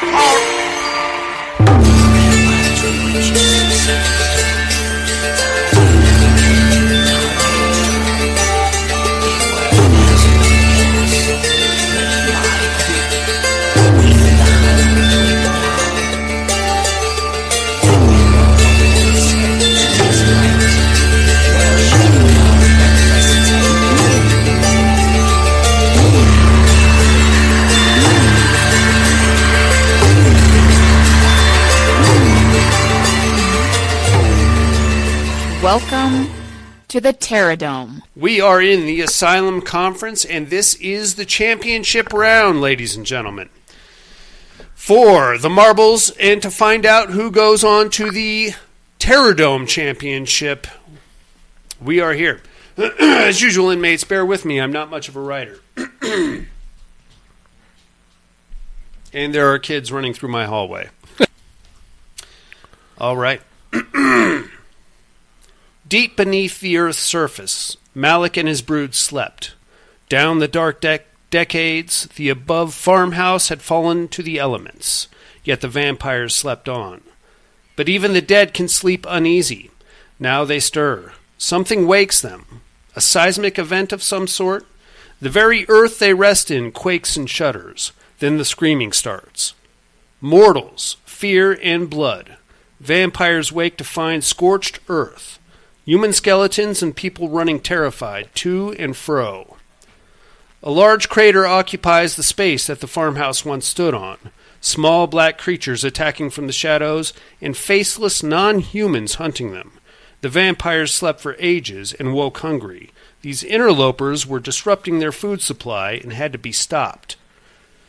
For the Asylum Conference Championship, we have the Critters versus the Vampires. Good Lord. How did the Critters make it this far? Valid question, sir. I do not control any part of this. I just try to facilitate.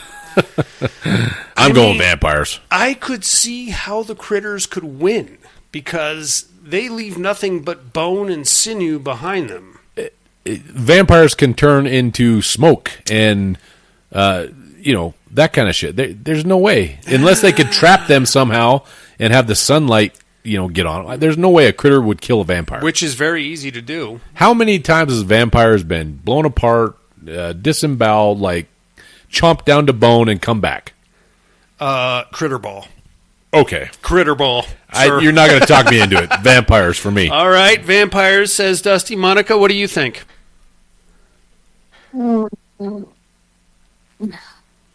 God. They swarm. I'm not making an argument for the Critters, but there are thousands of them. But you didn't say how many vampires there were either. There could be hundreds of them. There usually isn't. What? I'm going to be that jerk this time. I'm going with the Critters. I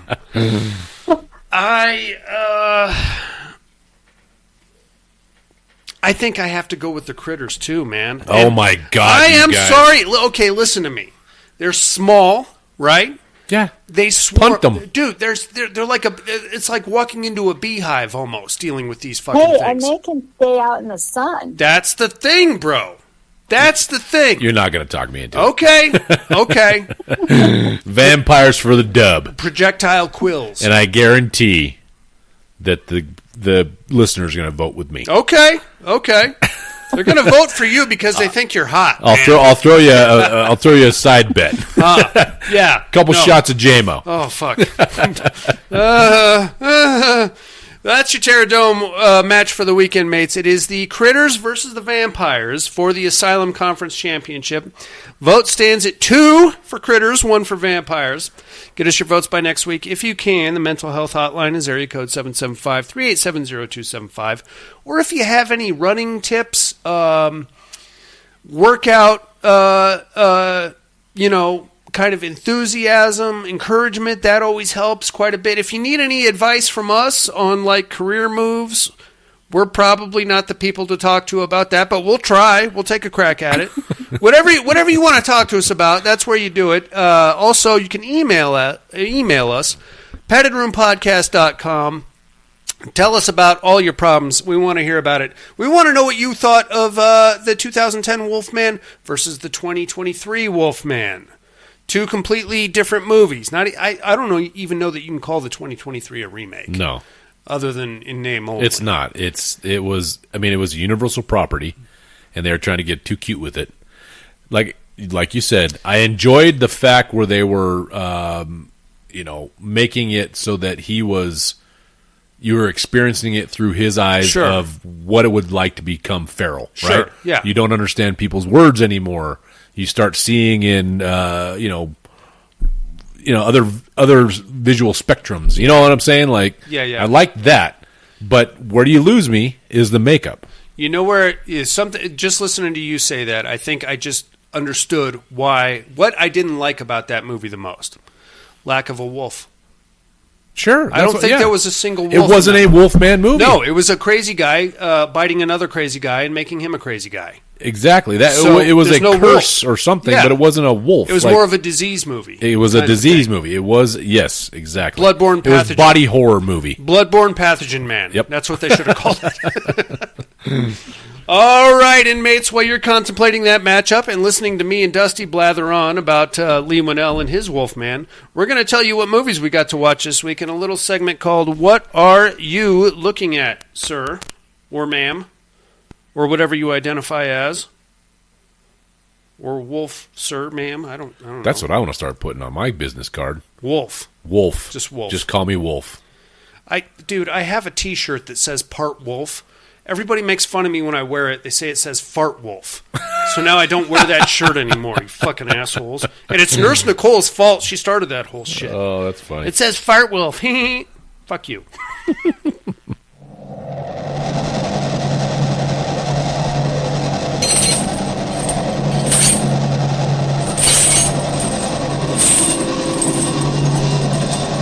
What are you looking at? I watched Whistle from 2025. Have either of you guys seen this one yet? No. Monica? I started it, and then I said, I'm getting the fuck out of here. I agree, and that's what I should have done as well. I didn't care for it, and I'm going to be honest with you. I think I'm done with Corin Hardy, dude. I have not been a fan of his since The Hollow. I thought it was very vanilla. The Nun ate my ass. I think that's the weakest of the Conjuring franchise. And this one is basically Scream with an Aztec death whistle.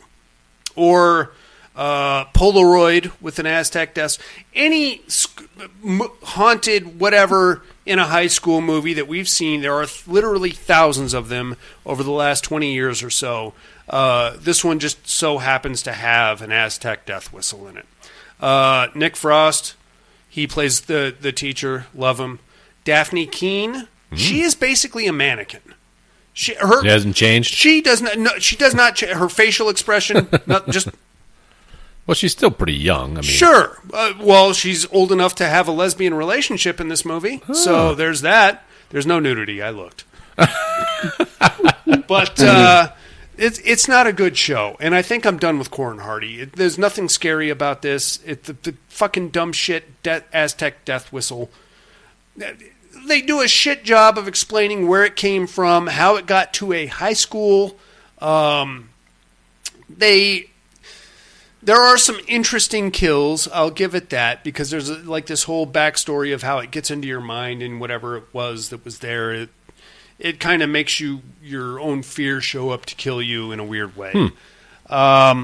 I'm just going to tell you to pass. I'm going to tell you to pass on Pass this. even if it's on a free service? If it's free, sure. Okay. If you're in dire need of something to watch, a high school horror movie with some strong LGBTQ undertones, and you want to see Daphne Keane do her best impression of a stick, then there you go. I'll probably pass. Okay, as you should. I watched that, and then you guys are going to kick out of this. I watched the 1992 Video Music Awards. All 4 hours of that fucking shit. Why in God's name would you do that? It's a good question, and I'm going to tell you why. I did a guest spot on my buddy's podcast. It's Ron Martin's Retro Sleepover, where he covers things from the 70s, 80s, 90s, and whatever was culturally relevant during that time frame. That he's about our age, and whatever struck him in his childhood, he's doing a podcast on. Okay. He asked me to come on for the 92 VMAs, which I did. Okay. I watched all, so you're probably wondering why the 1992 VMAs. This one is actually mired in controversy. This was the Video Music Awards, where Guns N' Roses beat up Nirvana backstage before the show. Gotcha. I don't know if you guys know about this. I've heard, yeah. Okay, so this... Me being the 80s metalhead that I am. Yeah, absolutely. And, dude, watching this was the cusp of when hair metal... We went from hair metal to grunge metal. Huge, big deal. This was the turning point, I feel like. 92, yeah. Monica, you with me on this? Yes. So what we had in this VMAs was Def Leppard was up for a bunch of them for a song called Let Us Rock, I think, or something like that. Let's Get Rocked. Let's Get Rocked. Come on, guys. I apologize. Good night. They won one award, and Nirvana walked out, or Red Hot Chili Peppers actually walked out with like 6 or 8 of them. That was when they first came on the scene, huh? Give it away now. Give it away? Yeah. Under the Bridge? Under the Bridge, yes, but most of the VMAs went to Give It Away. Okay. Nirvana walked out with a bunch. Who else? Are you sure there wasn't a Dr. Dre or Snoop Dogg sprinkled in there? Because that was right about the time of The Chronic? Nope, it was Ice-T. Ice-T showed up, and he also In Vogue was there. Marky Mark and the Funky Bunch. Good Vibrations, sir. Yep. Yes, you may.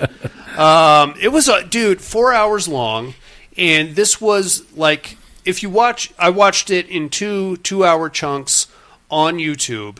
And when you watch something on YouTube these days, there's like a weird little like blip will show up over the most replayed part, and it's always Nirvana's performance of not Rape Me, but it was Smells Like Teen Spirit. No, they wanted them to do Smells Like Teen Spirit, but they played something else instead. Maybe it was Polly Want a Cracker, but watching it now because it happened live on MTV at the time.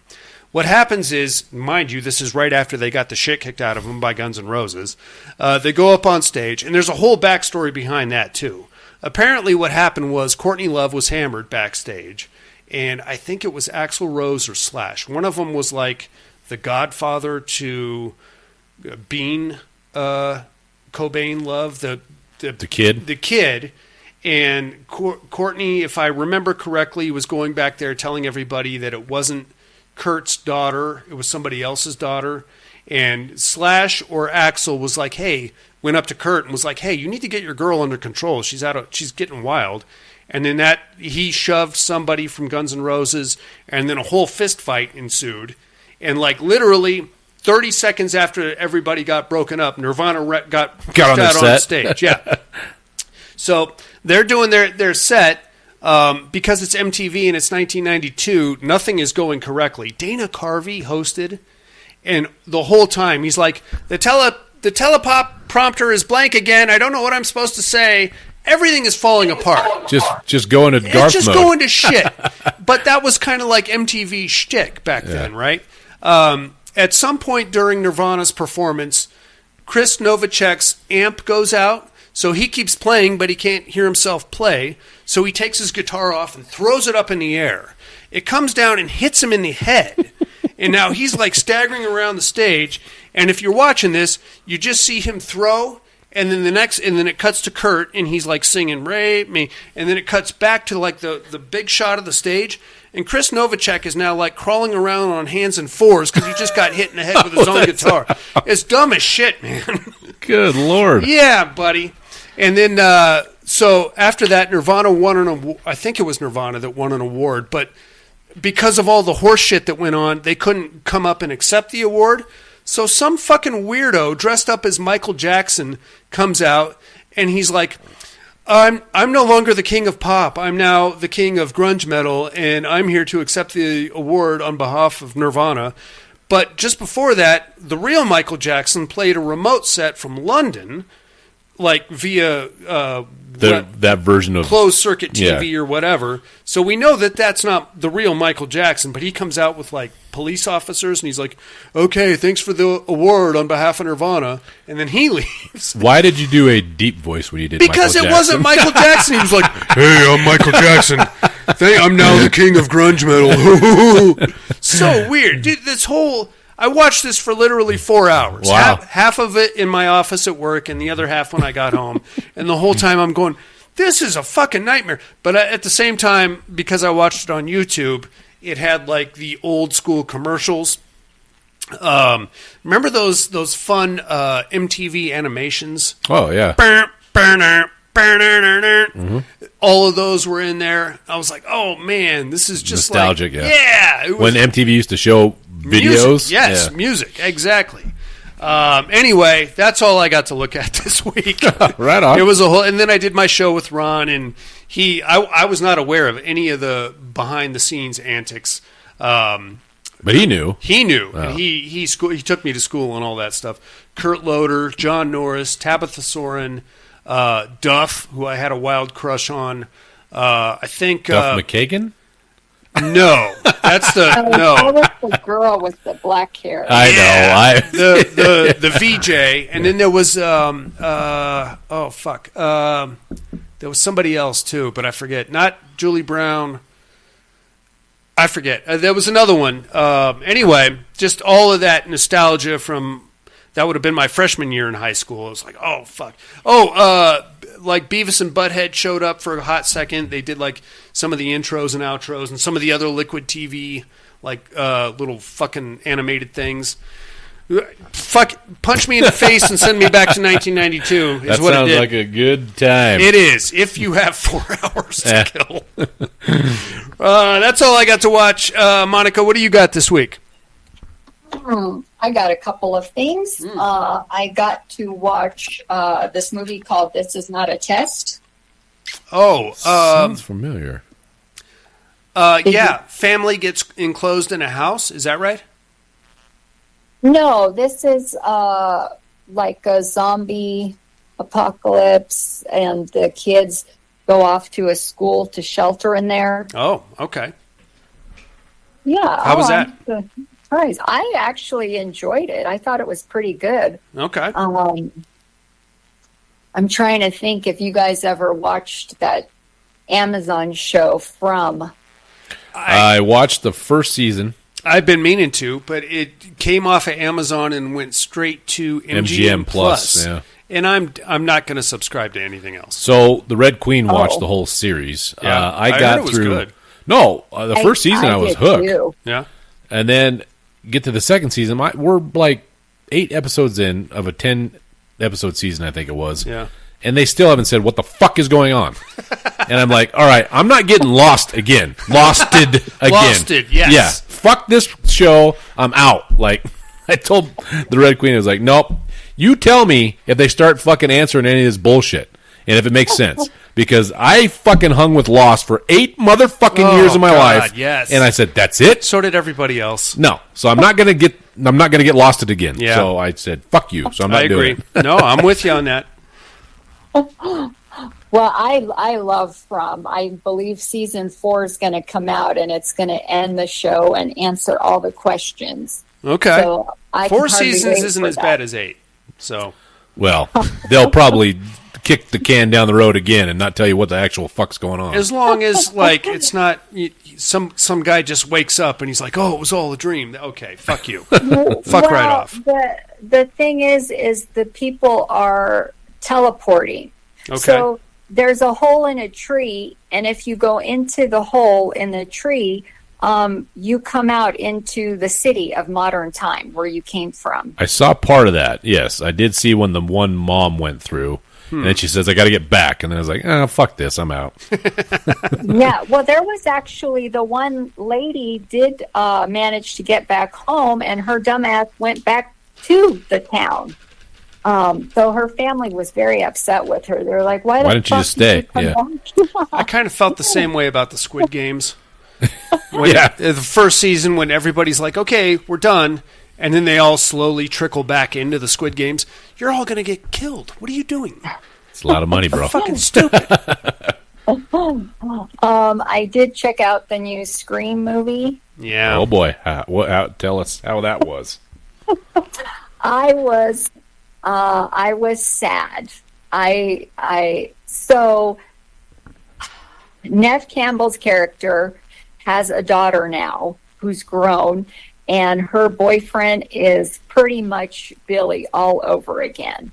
Like the acting, everything down to the face expression. I was like, oh, this is horrible. Yeah. And what's her name? Courtney Cox? Yep. Gail? Yep. Wow. Yeah. If you want to see plastic, wait till you see her new face. God, man. Just give it up. Age gracefully. God, just stop making these movies. Yeah, I was a little bummed out. The movie was a letdown for me. I did check out the new Dracula movie that I won't talk about since. Okay. Yeah. Okay. And then I watched a new movie called The Cure. That one was really good. It's pretty much about this girl that gets brought to, oh God, what's his name? Dusty, you know the Gemini killer from the new Dexter? Oh, yeah. That dude plays the dad, and Ashley Greene is the mom, and they're like big techs in the health industry. Well, they adopt this daughter who she thinks that she's dying, but she's really not dying. And I won't give it away what they're doing to her. I watched the brand new one that just came out, Do Not Enter. I was flirting with that. I was going to watch that instead of Whistle. How was that? Should I have watched that one instead? Yes, you should have watched this. God damn it. I knew it. I knew it. Do not enter, so Do watch not that enter. one. Yes. But I am angry at something. I've come to realize, you know how demon movies have always terrified me? Yeah. I'm getting really sick and tired of the devil always possessing someone and just wanting to rot away in a fucking bedroom. Why aren't you like Al Pacino? Why aren't you out there living the world and possessing souls? Al Pacino was one of the best devils, and that's true. I agree. Thank 100%. Yep. He's having fun. Al Pacino's a good time. Hell yeah. Yeah, why He's got are 2 you Asian chicks in an doing- elevator. And a redhead to boot. Fucking A. That was his daughter, which was kind Yeah, of well, he took liberties. I mean, you're the devil. You can do whatever you want, I guess. I watched Chris Hemsworth's new movie, Crime 101. Very good movie. Okay. I pretty much watched the new Sherlock. That's on Amazon. I heard good things. How is that? I love that guy. Yeah. Oh, my God. He is so dreamy. Oh, boy. Oh, boy. All right, and maybe I'll show the Red Queen that one. And then I was really excited about this one, Darian, because it reminded me of our movie. So there's a Hungarian movie out there called The Four Gates of Death. Yes. Yeah. I've heard of it. I have not seen it. Where did you track this one down? Well, you know where I found it. All right. But anyway, yeah, I had fun with it because, you know, they spoke Hungarian in it. The only thing is you could see that, you know, they didn't have a budget, so it was all homemade special effects. But it wasn't bad. Nice. Yeah. And that's all I watched. You know, Monica, one of my new favorite metal bands is Hungarian. Have you ever heard of Beast in Black? No. You're going to want to check these dudes out. They're 99% of my running playlist. Beast in Black. Beast in Black. They do a great cover of the song from Rocky, No Easy Way Out, I think it's called. Oh, I love that song. Oh, yeah. It's ridiculous. And the guy's got like serious opera, like his 80s like scream, like Bruce Dickinson style screaming. Right. It's pretty crazy. All right, Dusty, what do you got for us? I didn't get a whole lot in because, right. you know, dead dog and all. Well, thank you for putting that so gently. But we did. I watched I watched a dog die, Darian. That's what I watched. How do you like that? Hey, if you can't laugh about it, what are you going to do? We did go to the theater and checked out the Hail Mary Project. I heard good things about that. It was good. Yeah. I mean, obviously it's not horror. More but sci-fi, right? It's sci-fi for sure. But the whole family went, take our mind off of said dog. Yeah. And it was very entertaining. We really liked it. It's a good flick. That's really what good I heard. Flick. Yeah. Right on. Okay. Well, I think it's time for some immersion therapy then. All right.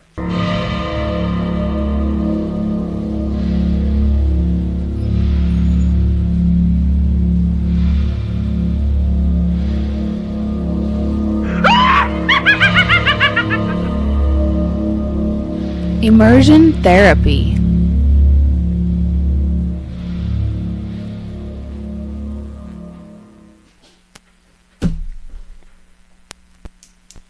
Did we all get a chance to check out Spree? Yep. I dug it, man. I mean, it's more horror comedy / social commentary, I think. But I think we're all, whether we admit it or not, in love with Joe Keery.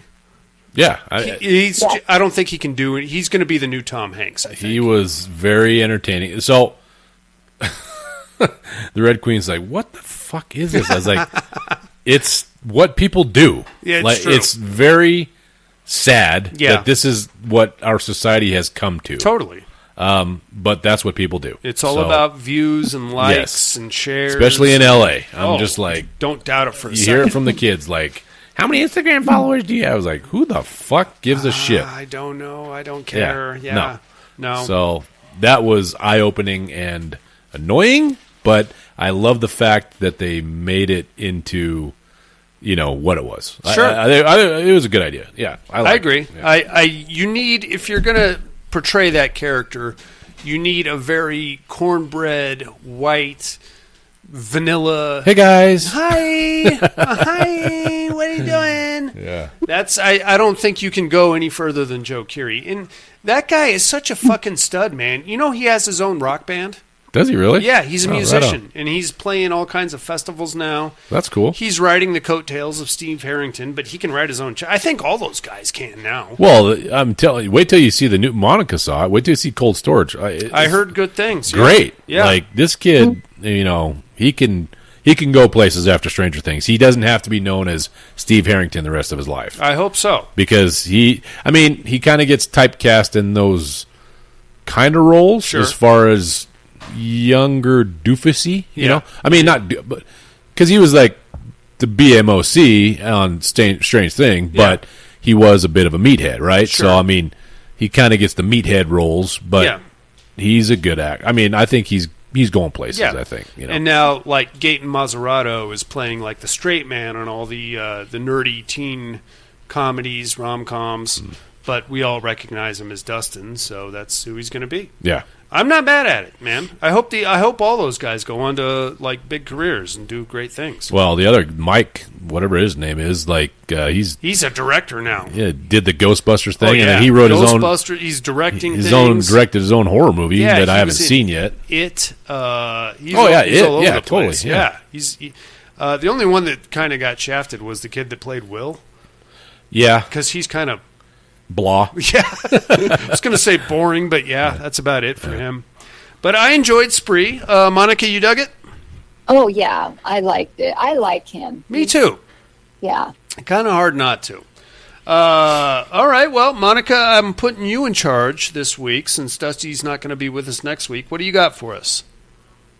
Oh, okay. So we are going to watch a movie called Malicious from 2023.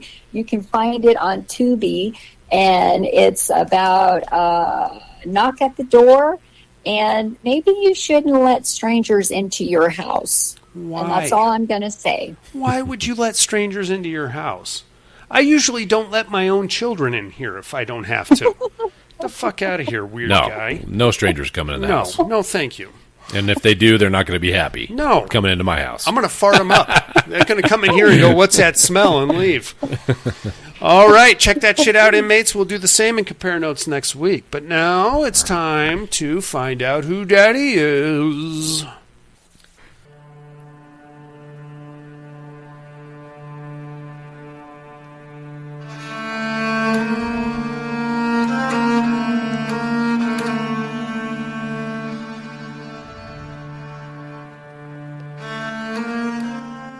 Who is Daddy?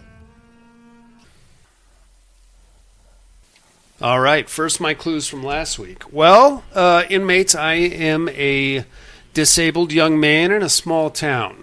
Good news, I've got a fucking alcoholic uncle who loves to tinker with things and built me this goddamn rocket wheelchair. I can fly all over the town and figure things out, and I'm getting pulled over by the cops in my wheelchair. That's how crazy it is.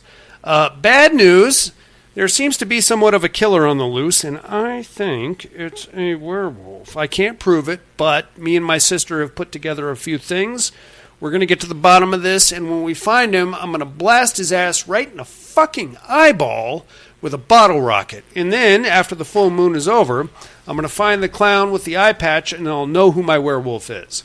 I'm, of course, Silver Bullet, ladies and gentlemen, or Cycle of the Werewolf. Yes, I was going to say that. As you may know it from the graphic novel. Pretty good show. Corey Haim, Gary Busey. Gary Busey at his teethiest. Most Buseyest.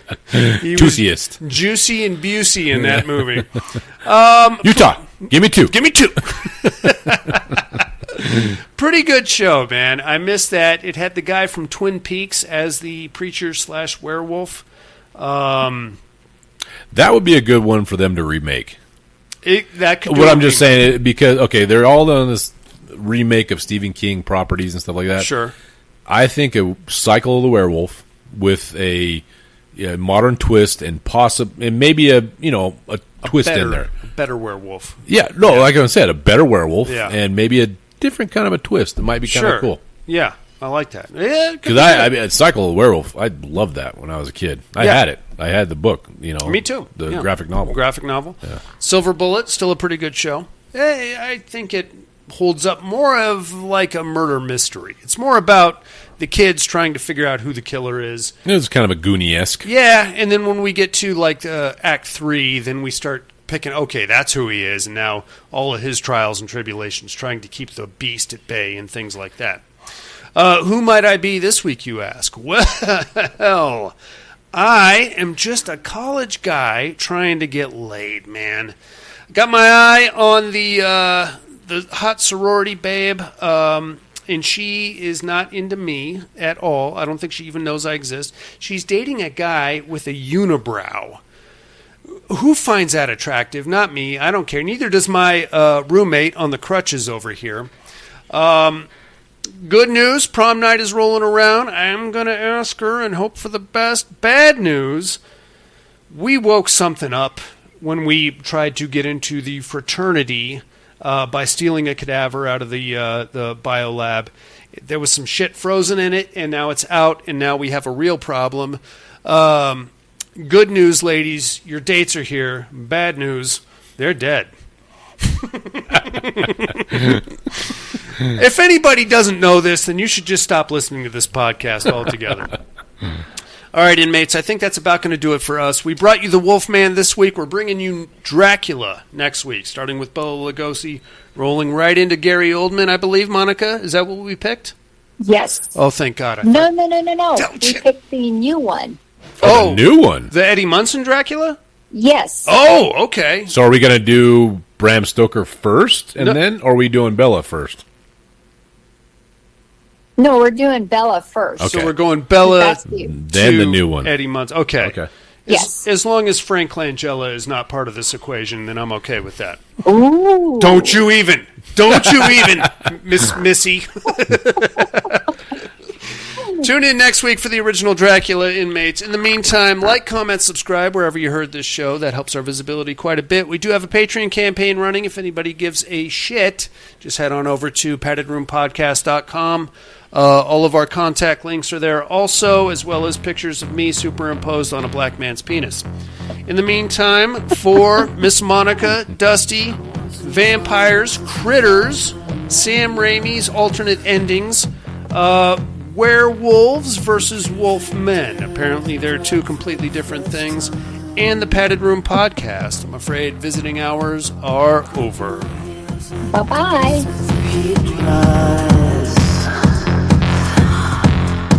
I want to know how to survive in the nightlife.